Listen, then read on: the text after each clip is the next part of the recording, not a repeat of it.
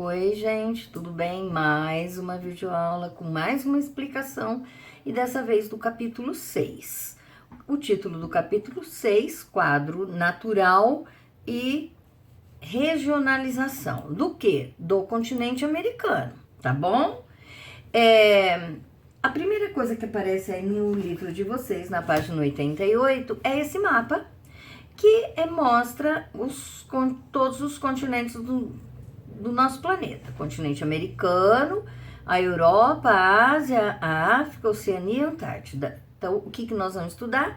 É o continente americano, tá bom? Então, dá para ver aqui, só de olhar no mapa, que ele não é o maior de todos, ele perde para a Ásia, mas ele é o segundo maior do mundo. Ele está localizado totalmente no hemisfério ocidental, ou seja, vocês estão vendo essa linha que passa bem aqui no meio? Meridiano de Greenwich, ele está totalmente na parte oeste do planeta. Então, é hemisfério ocidental, inteirinho, tá?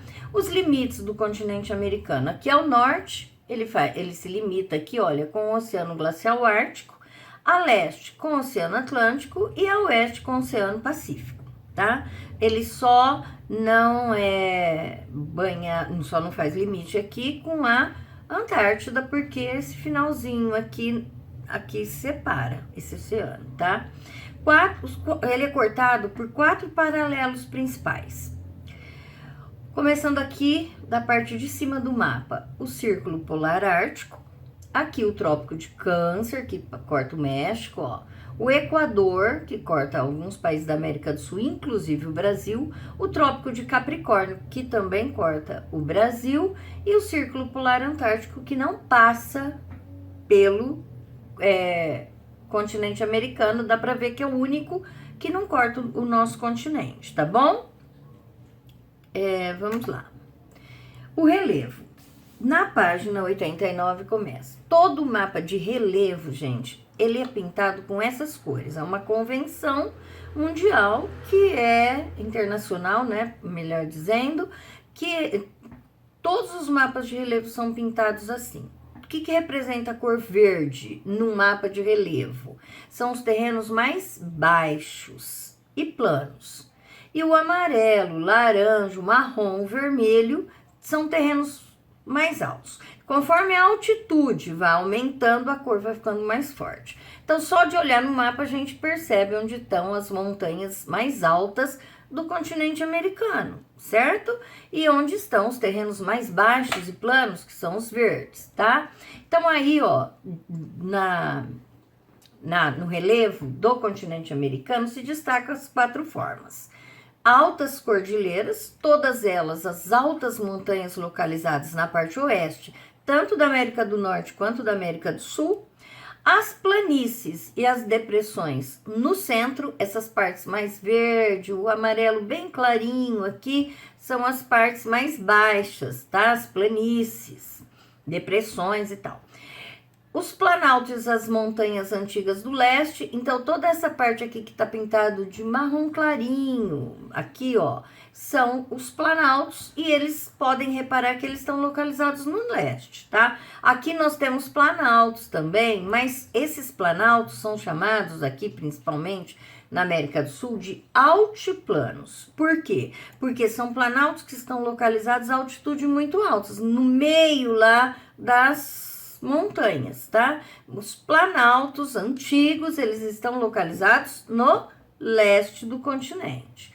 E toda essa parte que vocês estão vendo pintado de verde que eu tô mostrando aqui, ó, bem pertinho do mar aqui e aqui também, aqui nem tem muito, mas dá para ver em alguns pontos, são as planícies litorâneas ou costeiras. No oeste, ela é tão estreita que ela chega a ser interrompida em alguns trechos pelas montanhas. Por isso que quase não dá nem para ver ela aqui. Ela é muito estreita aqui, porque normalmente as montanhas chegam até o oceano. Já na parte leste, elas são mais largas, elas são mais amplas, elas é uma região que foi a primeira a ser colonizada quando os portugueses, os espanhóis chegaram. Foi justamente a parte das planícies litorâneas que eles começaram a ocupar primeiro. E atualmente são as áreas que abrigam as maiores cidades, tanto da América do Norte quanto da América do Sul. A costa oeste, começando a explicar aquela parte que, deixa eu voltar um pouquinho, costa oeste é toda esta parte aqui, tá bom?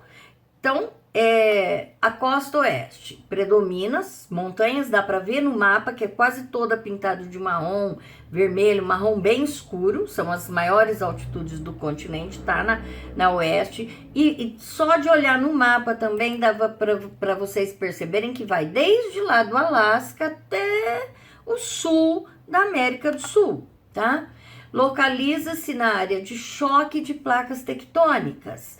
E é uma área, então, como ela está localizada no encontro de placas tectônicas, que mais precisamente, por exemplo, na América do Sul é a placa sul-americana e a de Nazca, um exemplo. As duas placas sim, se chocam, então por isso são regiões que apresentam muito vulcanismo e muito terremoto.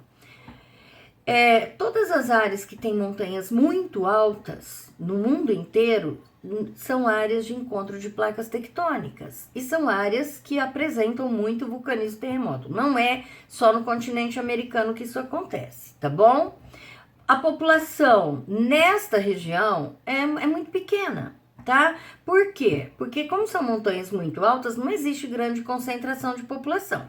Onde vive a população dessa área? Nas altitudes mais baixas, na parte mais de sopé das montanhas, vamos dizer assim, na parte mais baixa, tá? Essas montanhas, elas têm diversos nomes, dependendo do país, a cadeia de montanhas recebe um nome. Por exemplo, no Canadá e nos Estados Unidos, olha aqui ó, a foto, são chamadas de montanhas rochosas. No México, elas são chamadas de Serra Madre, ou Serra Mãe, né? Serra Madre, existe a Serra Madre Oriental e a Serra Madre Ocidental. Uma de um lado do Oceano Atlântico, a outra do Oceano Pacífico. E na América do Sul, olha que foto linda, é a Cordilheira dos Andes. Então, dependendo de um país, essas cadeias de montanhas recebem nomes diferentes, tá? A costa leste, que é aquela outra parte perto do Oceano Atlântico, que é pintado de marrom mais clarinho, que são os planaltos mais antigos, ó. Como esses planaltos, essas montanhas são muito antigos, foram formados bilhões de anos antes das montanhas da parte oeste, já foram muito desgastados pela erosão. Por isso elas são bem mais baixos, as montanhas são mais baixas, tem o topo mais arredondado, porque já foram muito desgastados pela erosão, pelos processos erosivos. Essa região, junto com gente, deu um branco agora, com a planície litorânea ou costeira, os planaltos também, a região dos planaltos também foram as primeiras áreas a ser ocupada e colonizada, tá? São as áreas que abrigam as grandes cidades, tanto a planície litorânea ou costeira quanto os planaltos do leste, toda a costa leste, as áreas... os lugares que tem as áreas mais industrializadas, as maiores cidades, exploração mineral, áreas agrícolas, a área mais ocupada, tanto na América do Norte quanto na América do Sul. E também, assim como na costa oeste, dependendo do país, recebe várias denominações. No Canadá, as regiões de planaltos... um monte de planaltos, né? A região dos planaltos recebe o nome de Planalto Laurentiano. Nos Estados Unidos, esses planaltos recebem o nome de Montes Apalaches. Na América do Sul, temos o Planalto das Guianas, ou Guianas, como queiram falar, que fica na região norte do Brasil, e o Planalto Brasileiro, que pega toda a região central, leste e central do Brasil, tá bom? A parte central, as planícies ou depressões, como fala do centro, porque fica bem na parte central, tanto da América do Norte quanto na América do Sul, são áreas relativamente planas e importante economicamente. Nos Estados Unidos, essa área é muito importante, principalmente nos na América do Norte. Nos Estados Unidos e no Canadá, por exemplo, são intensamente utilizadas. Os Estados Unidos para a produção de cereais, ou seja, é utilizado para agricultura, para plantação de trigo, de soja, enfim, de cereais. No Canadá, existe uma grande concentração urbana e industrial na parte central, nas planícies centrais. Já na América do Sul, elas são pouco povoadas. Não é tanto. A maior parte da população da América do Sul se concentra na faixa leste. A parte central da América do Sul não é muito povoada. E por que não é muito povoada? Porque tem, por exemplo, no norte da América do Sul, a floresta amazônica, que dificulta, é claro, lógico, a concentração de população. Então, ela não é muito explorada, nem para agricultura, ela não é muito povoada, não tem muitas cidades, não tem indústrias, justamente por causa disso. No sul da América do Sul, ocupada por um deserto, certo? Então, essas coisas que faz com que ela não seja muito ocupada. E que atividades se destacam? A pesca, o extrativismo por causa da floresta, principalmente, e pecuária em algumas áreas. Na América do Sul, olha, a planície amazônica, toda coberta pela floresta amazônica. Entre Argentina, Paraguai, o Pantanal Mato Grossense, a planície do Pantanal, que fica na América do Sul, mas que não é só brasileira, aqui tem a continuação dela, é a planície do Chaco, que fica também na América do Sul. Hidrografia. Quando a gente fala de hidrografia, a gente fala dos rios.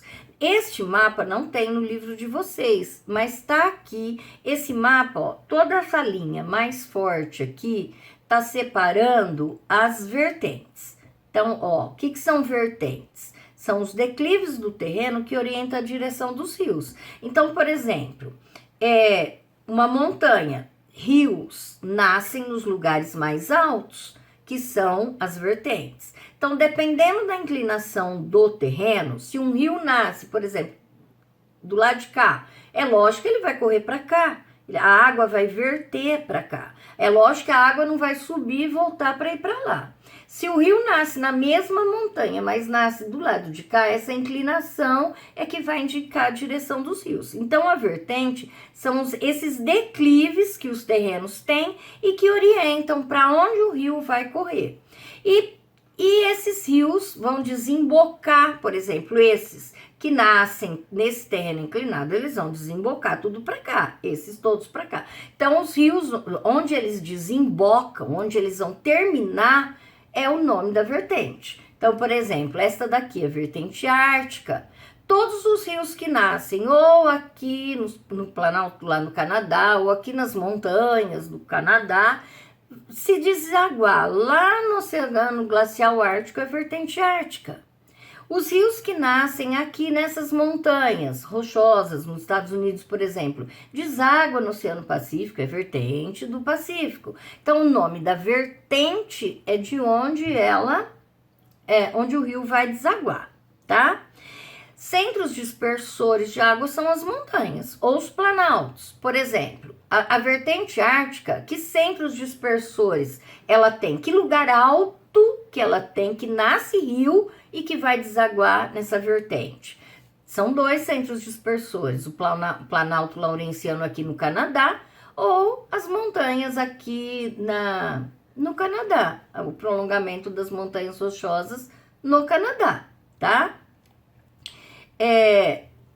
Por exemplo, a vertente do Golfo do México. São todos os rios que nascem ou nas montanhas rochosas, que é um centro dispersor de água, ou aqui nos Montes Apalaches, nos Estados Unidos, que é a região alta, mas que o rio vai desaguar aqui. Então, centro dispersor de água são as montanhas e os planaltos onde nasce.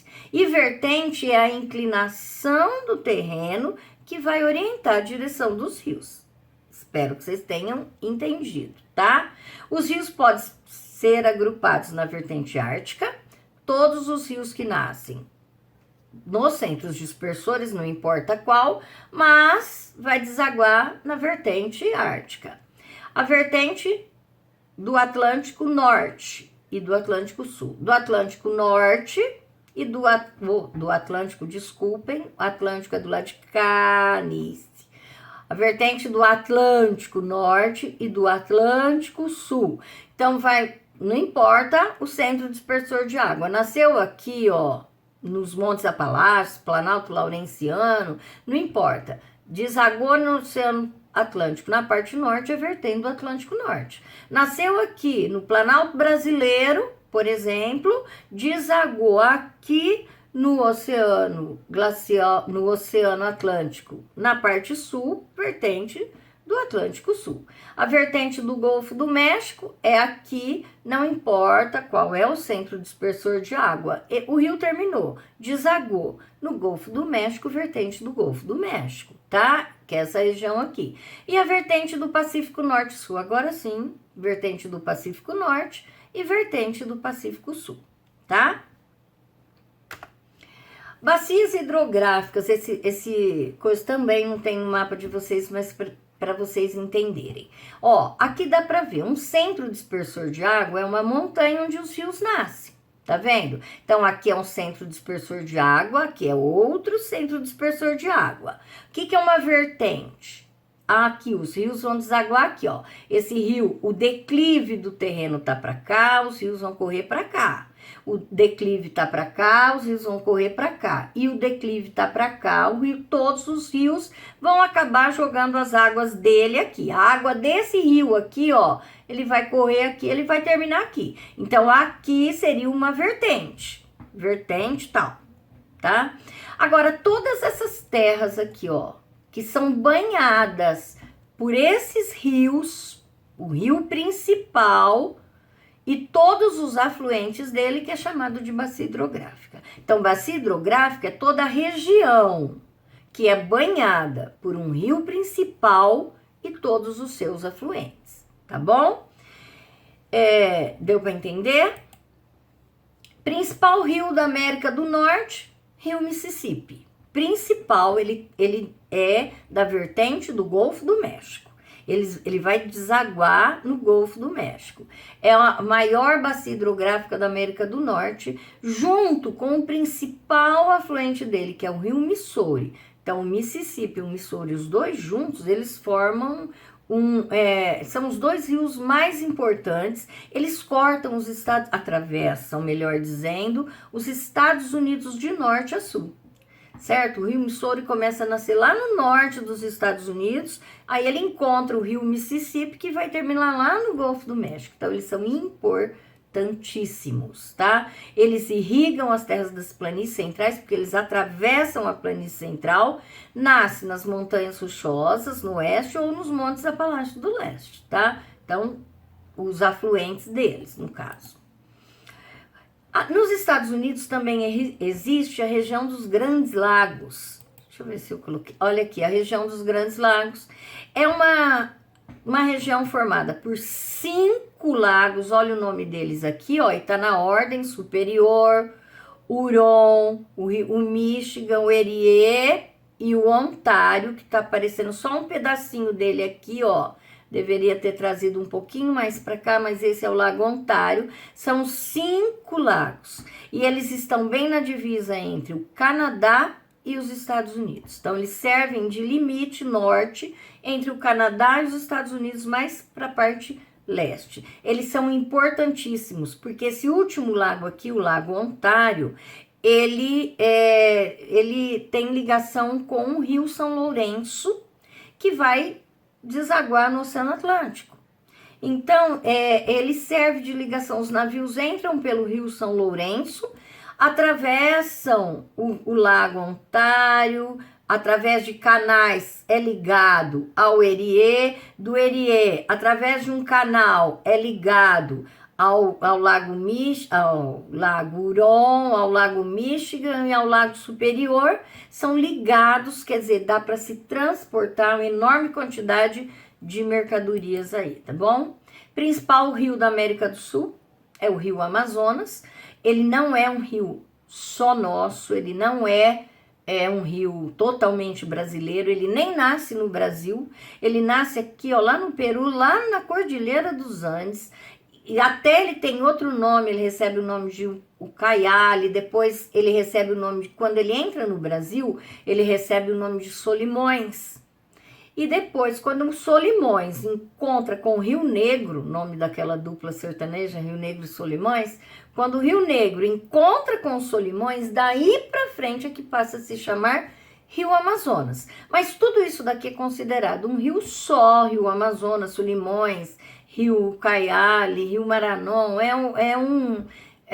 um rio só, recebe outros nomes nos outros países, né? É o maior, um dos maiores rios do mundo, tá bom? Clima. O clima tá na página 91. Reparem que o continente americano, como ele começa lá no Polo Norte, vai até quase o Polo Sul, desde o Oceano Glacial Ártico até quase chegar na Antártica, ele tem praticamente todos os tipos de clima. Ele tem clima polar, tem clima quente, o mais quente da Terra equatorial, tem clima tropical, subtropical, temperado, tem clima mediterrâneo, tem clima desértico, ou seja, ele tem todos os tipos de clima, tá? Todos. Então aqui, no livro de vocês, na página 91, tem todas as características de cada clima. Por exemplo, tudo que está pintado aqui de azul, deixa eu ver, de roxo no livro de vocês, de roxo, é o clima polar. E aí, como que são as características do clima polar? É só vocês lerem. Temperaturas negativas quase o ano inteiro, abaixo de 0 graus, quase a precipitação lá, a chuva já cai em forma de neve por causa do frio, enfim. Como que é o clima aqui, ó? A maior parte do Brasil, clima tropical. Como são as características do clima tropical? Só vocês lerem. Temperatura média anual superior a 18 graus, quer dizer, clima quente quase o ano inteiro. Chuvas concentradas no verão e o inverno já é mais seco, é o que está acontecendo agora, que nós estamos começando a entrar no inverno, o clima já está ficando mais seco, porque o clima tropical é assim. Na época do inverno é mais seco e na época do verão, que é lá final do ano, dezembro, né, por aí, janeiro, chove muito. É influenciado pelas massas de ar que vêm do oceano, como está perto, recebe muita umidade. Enfim, aqui estão todas as características do clima e aqui, de acordo com a cor, é só vocês olharem, lerem que vocês vão ver todas as características do clima, tá? Do continente americano. Na página seguinte tem uma coisa super interessante, que são os rios voadores. Já ouviram falar em rios voadores? O que são rios voadores? Sistema de nuvens na Amazônia e nos Andes. É tanta umidade que vem do oceano, que os ventos vão carregando, que é tanta água lá em cima que é chamado, né, entre aspas, de rios. Rios lá em cima, um rio voando, cheio de água, que vai essa água desabar em algum lugar em forma de chuva. Então, ó, são imensas massas de vapor d'água. Então, é um monte de massa de vapor d'água carregando. Vapor d'água é água, né? É água em vapor, lógico, por isso que é chamado de rio. A evaporação dos oceanos nas áreas quentes do planeta, toda essa evaporação aqui, que evapora muita água, é transportada pelas massas de ar. Então, os ventos vão levando toda essa umidade aqui, que é chamada de rios voadores. Ó, o rio voador na América do Sul. Então, a evaporação, aí as massas de ar vão levando até aqui, ó, encontrar... quando passa esses rios voadores, a massa de ar vai empurrando essa umidade por cima da floresta amazônica, eles vão ganhar mais umidade ainda, que é a evaporação da floresta. Então, aí que ele vai ficar mais carregado de vapor d'água ainda. E aí as massas de ar vão empurrando eles. Quando eles chegam lá no Peru, na Bolívia e tal, que eles encontram a Cordilheira dos Andes, aí toda essa umidade, muitas vão tentar subir, né, para passar a cordilheira, e aí é que chove demais. E o importante, chove muito aqui perto da Cordilheira dos Andes, que é justamente onde começa o Rio Amazonas.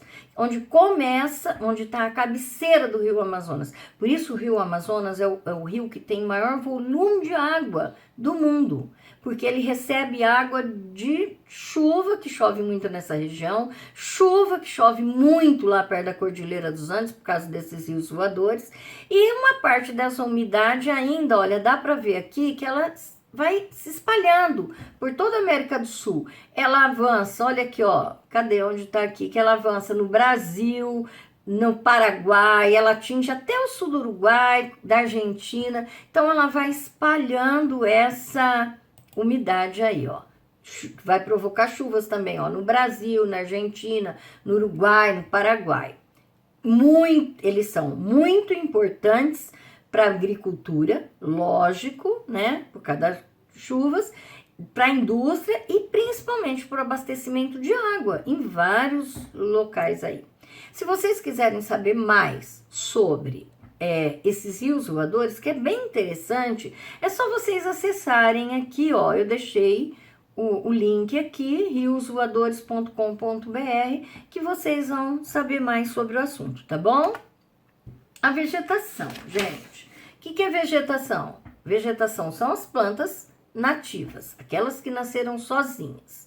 O que é vegetação original? Vegetação original é que tinha antes, por exemplo, na época da colonização, quando os portugueses, os espanhóis chegaram aqui no continente americano.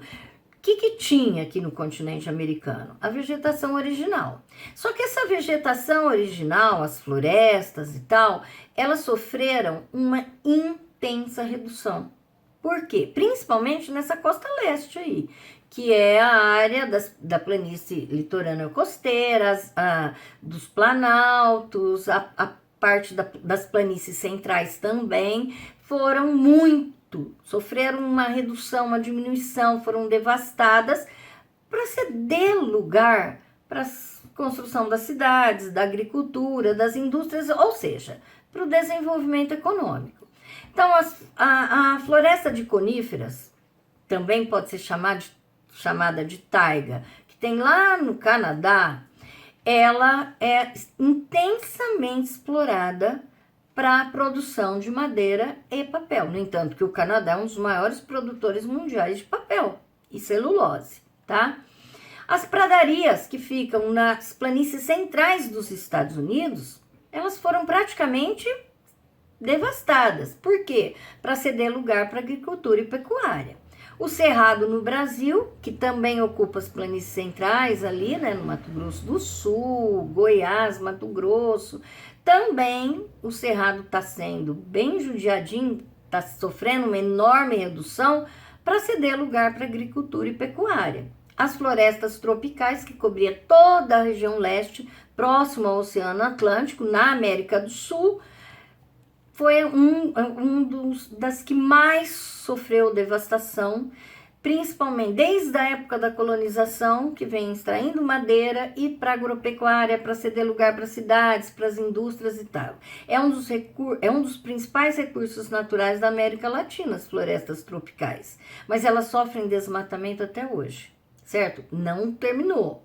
Se bem que tem muita área de floresta tropical, aliás, acho que todas hoje viraram proteção ambiental. Então, não pode mais mexer. Por quê? Porque ela foi praticamente devastada já, tá? E aqui tem as florestas, a floresta amazônica, que é uma floresta equatorial, mas que pode ser englobada como florestas tropicais, né? Mas, na verdade, ela é uma floresta equatorial. Ela está sofrendo desmatamento crescente a cada ano, que está preocupando o mundo inteiro. Extração ilegal de madeira, certo? Aqui na página 94 tem esse mapa, que é um mapa de vegetação. Se vocês tiverem o cuidado de voltar lá naquele mapa do clima, que eu mostrei para vocês da página 91 e pegar o mapa da página 94 e comparar os dois, vocês vão ver que a vegetação, ela depende do clima.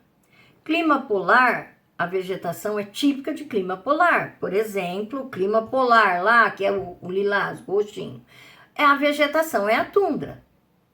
Na área de clima tropical, a vegetação são as florestas tropicais. Aqui onde o clima é o clima equatorial, floresta, aqui fala tropical, mas na verdade ela é equatorial, uma floresta equatorial, que é a floresta amazônica, tá? Nas áreas onde o clima é desértico, a vegetação é de deserto. Então é só vocês analisarem esse mapa, olha a cor que está pintado no mapa, olha a legenda e vê que vegetação que é. Compara com o mapa do clima, vocês vão ver que a cada clima corresponde uma vegetação, certo?